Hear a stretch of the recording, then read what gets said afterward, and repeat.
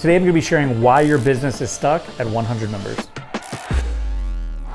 If you're anything like me, when you first started out, you wanted to make $100,000 in your business. That would have been life-changing money for me, right? I opened my school right after leaving the military.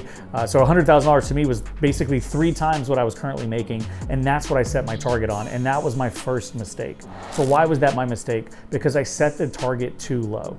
Right, if your goal is to make $100,000 per year, you can actually trade your time for money. You can trade enough hours of your life to create $100,000 in profit in your business, right? But what happens is as your business grows, the demand on your time grows, right? So I think we need to go into our business thinking, how do we make $1 million a year? Or how do we make $500,000 per year? Because what happens is the strategy shifts. If the goal is much larger, you cannot trade your life, your time for $1 million, right? We all know a lot of people out there that trade time for money and make $100,000 per year. However, I don't know anyone that trades time for money and makes over $1 million per year. So what happens is when the goal is bigger, the strategy, right, the action taking, the commitment has to be much bigger as well. So the first thing you have to focus on is learning to manage and delegate, right? Every time we open a new location, we don't open it with a single operator. We open it with a full staff. We open with a head instructor, an operations manager, and 2 additional part-time staff members. The reason we do this is because we have a big goal.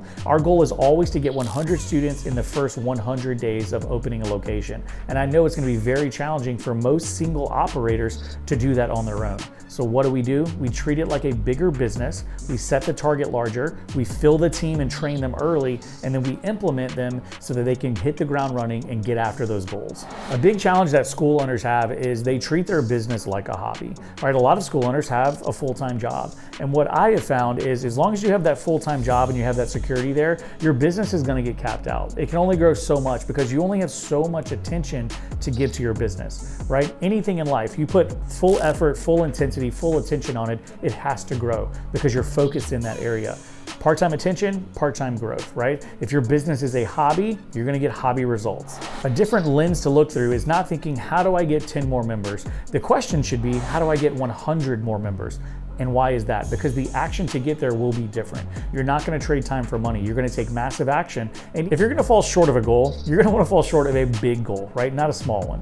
In closing, guys, make sure you're always developing your team, all right? You're setting big life-changing goals. You're taking massive action. Let's get your business unstuck and let's get past 100 members.